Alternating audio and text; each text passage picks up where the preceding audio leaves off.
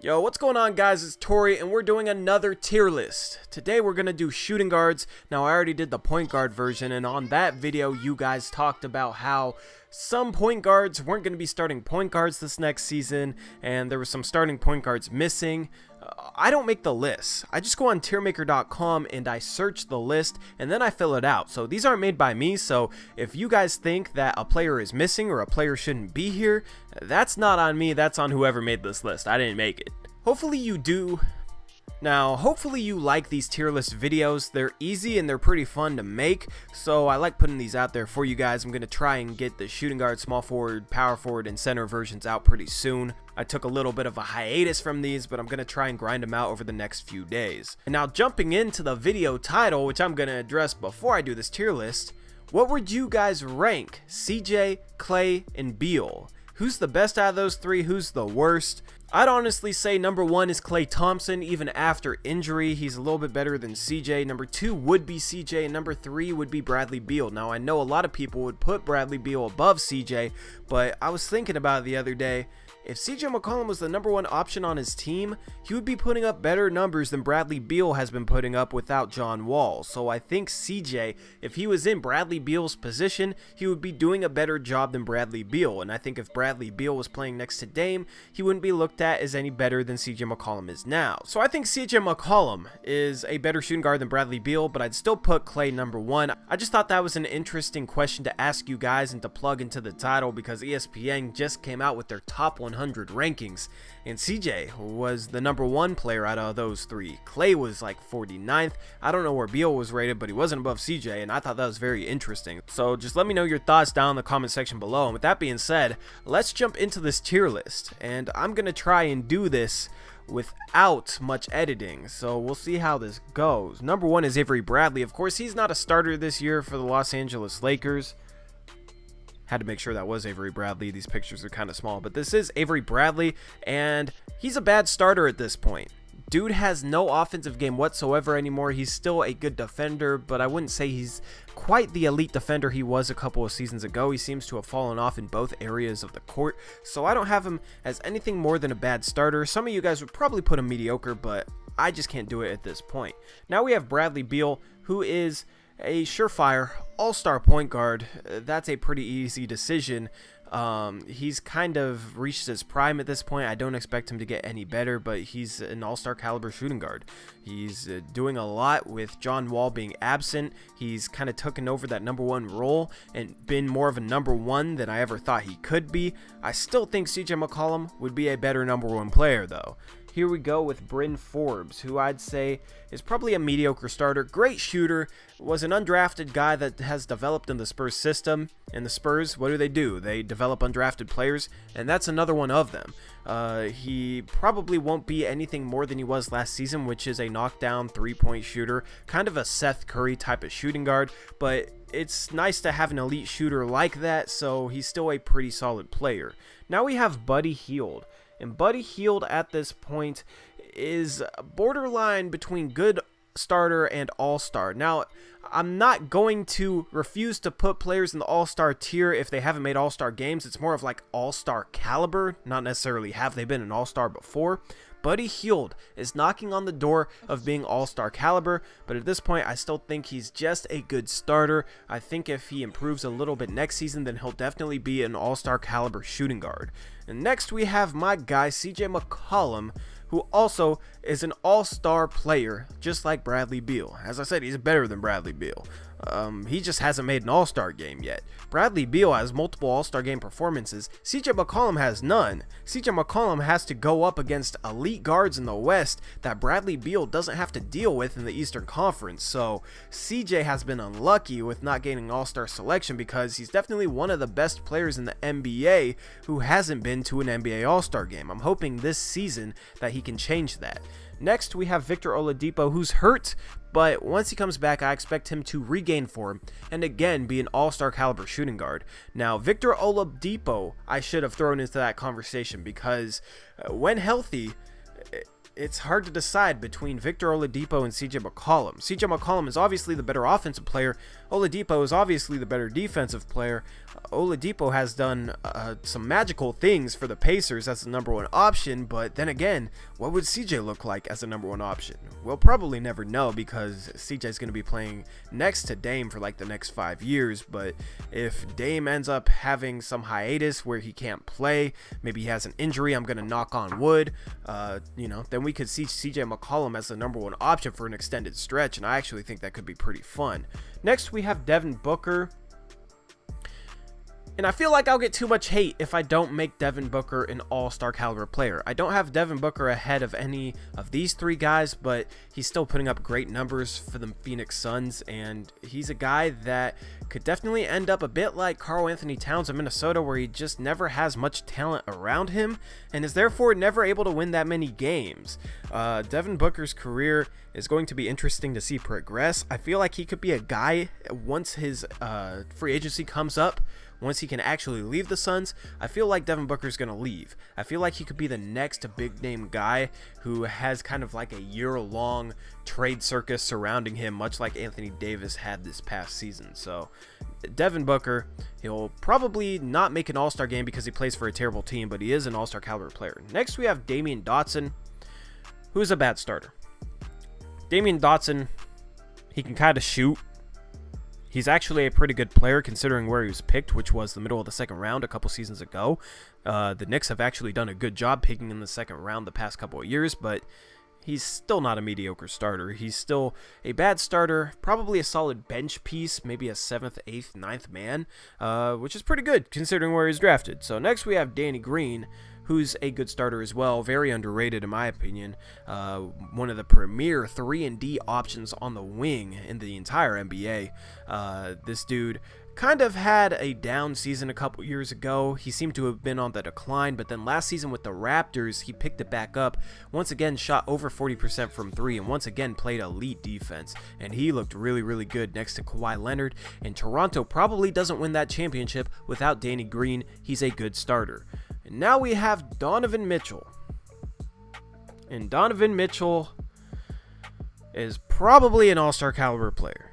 He's going into his 3rd year. I do expect him to have his best season yet. He's kind of like Devin Booker in the way that he's a young player who's kind of burst onto the scene and immediately become an all-star caliber player, but hasn't yet gotten the recognition as an all-star. But the big difference is Donovan Mitchell actually plays on a winning team. Now, if you switch Donovan Mitchell and Devin Booker, would the Jazz be any better? Would they be any worse? That's an interesting concept. The Jazz have been really good on defense, so I feel like they could mask Devin Booker's poor defense, and I think Booker's a better offensive player than Donovan Mitchell. So for the Utah Jazz, Devin Booker might be a better player. I don't know. Let me know what you think down in the comment section below. Next, we have Dion Waiters, who's horrible. Dion Waiters sucks. He's not efficient, can't play defense, doesn't pass the ball, and those are the 3 sins for a basketball player. Those are the 3 traits that I can't stand in a basketball player. So therefore, Dion Waiters is a bad starter. Now, once he gets hot, when he gets hot, he's actually a very solid player, but he gets hot far too, I almost said often. He gets hot far too infrequently to be a good NBA player. He's way too streaky, and there's more bad than good when it comes to Dion Waiters. And next we have Evan Fournier. And Evan Fournier, in my opinion, is a mediocre starter. Almost put him in bad starter, but he is able to get you 15 to 17 points per game, even though it's not that efficient. Again, he doesn't play defense, doesn't really pass the ball. But he is able to get you 15 to 17 a game. He is a little bit better than Dion Waiters, in my opinion. A little bit better shooter and probably a little bit better defender, even though he's not good. So Evan Fournier, mediocre starter. Next, we have Gary Harris, who's the definition of a good starter. He's not quite as good as Buddy Hield, and I wouldn't take Gary Harris over Danny Green as well, but Gary Harris is still a very good starter at the shooting guard position. He and Jamal Murray, that's a very exciting backcourt, and Gary Harris is in a perfect role for him where he doesn't have to create much of his offense. He's a good cutter, so that works well with Jokic. He's able to shoot to spread the floor for that offense, and he's a very solid finisher, a very underrated finisher around the rim. Next, we have Jaylen Brown. another good starter. It's going to be interesting to see Jaylen Brown's contract situation next offseason because he's due for his rookie extension, and reports say that he's expecting a max contract. I don't think he's worth a max contract. We'll see what he gets, though. That'll be interesting to see play out. Next, we have Jordan Clarkson, another mediocre starter, another one of those guys that can put points on the board, but isn't the most efficient player, doesn't play defense, doesn't pass the ball. We're getting a theme here with these mediocre to bad starters. Next, we have Jrue Holiday, who's an all-star caliber guard.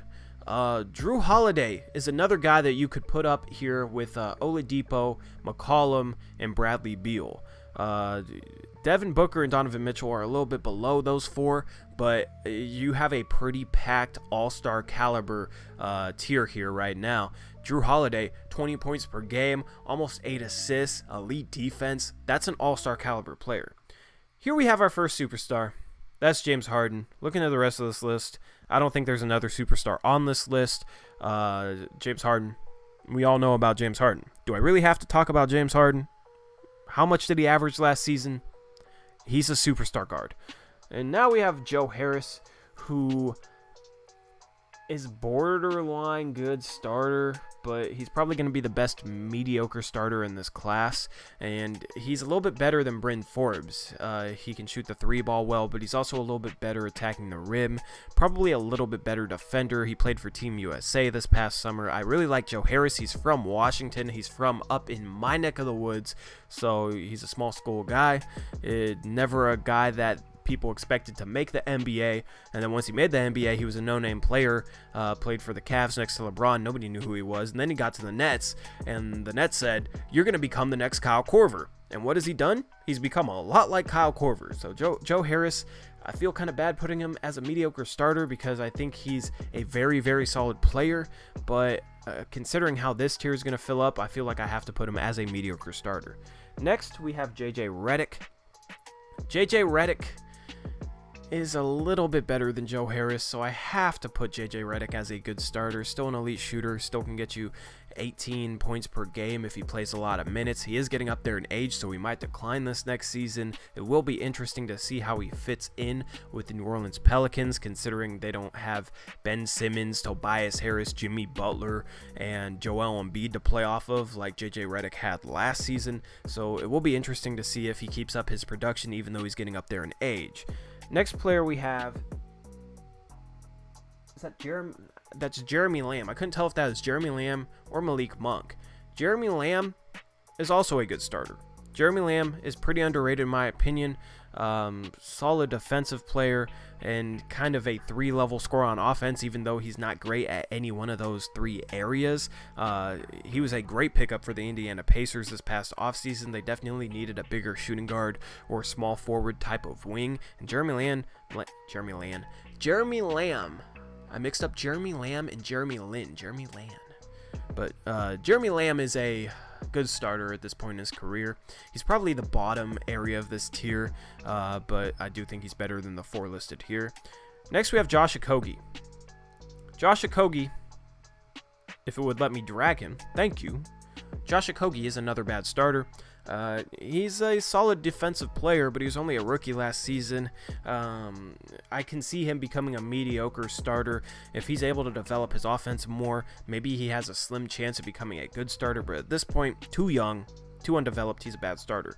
Kevin Huerter had a very solid season last year as a rookie, and I think going into this season, he's a mediocre starter.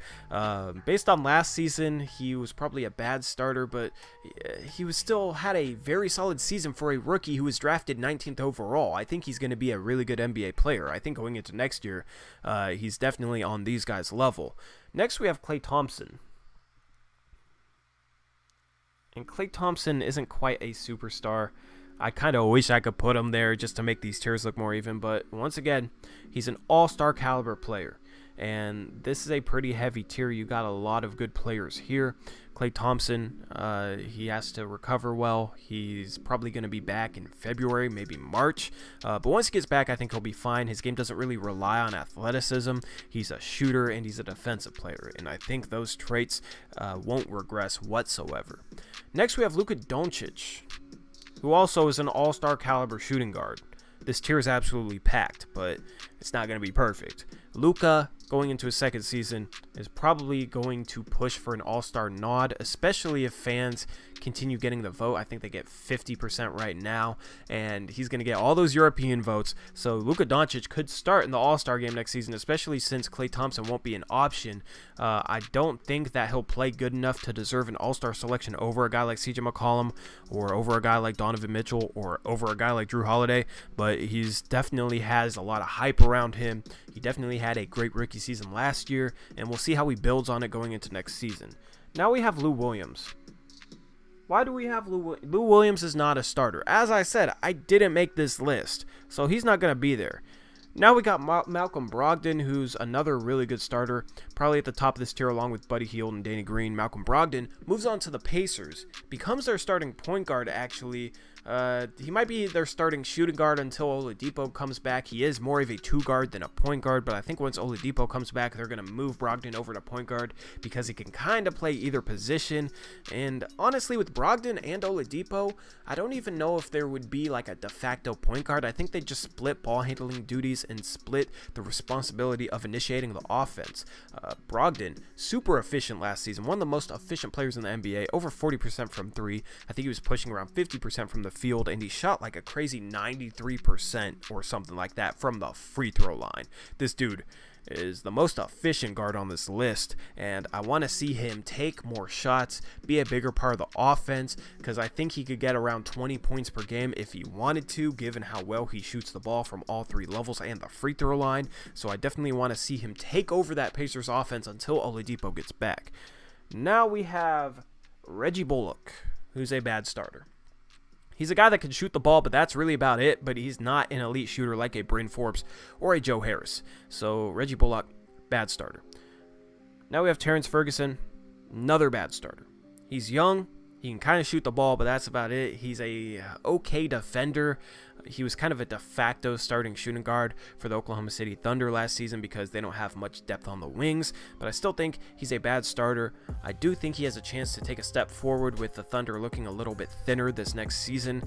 He could become a mediocre starter if he's able to improve his three-point shot, improve his defense, and do a little bit more off the dribble, but for now, he's a bad starter. Wayne Ellington is another one of those guys who's a shooter, but not quite as good of a shooter as Bryn Forbes or Joe Harris. Wayne Ellington's shooting even regressed last season. He's a three-point specialist who's not that great at three-point shooting. He's solid, he can get hot, he can get streaky, but he's not a great three-point shooter. Now we have Zach LaVine, who's another good starter.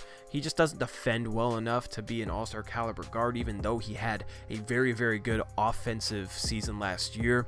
And I know you can make the same argument about, oh, Devin Booker, he can't defend. CJ McCollum isn't the best defender. But these guys are elite offensive players, and I think Zach LaVine is just a step below being an elite offensive player. He's putting up big numbers for a bad team. If he was on a winning team, I don't think he'd put up the same caliber numbers. He's a good starter, but horrible defender, just a volume scorer, gets points, gets buckets, decent efficiency, and that's about it. So that concludes my tier list for starting shooting guards in the NBA. Let me know what you think of my tier list. Let me know who you disagree with. Let me know who you do agree with. Let me know who you would change based on these tiers. I like engaging you guys in the comments. I like seeing your guys' comments. So definitely leave a comment down in the comment section below. So with that, I'm out of here. That's a wrap for the shooting guard tier list. This has been Tori. I'll see you later. Peace out. Go Blazers.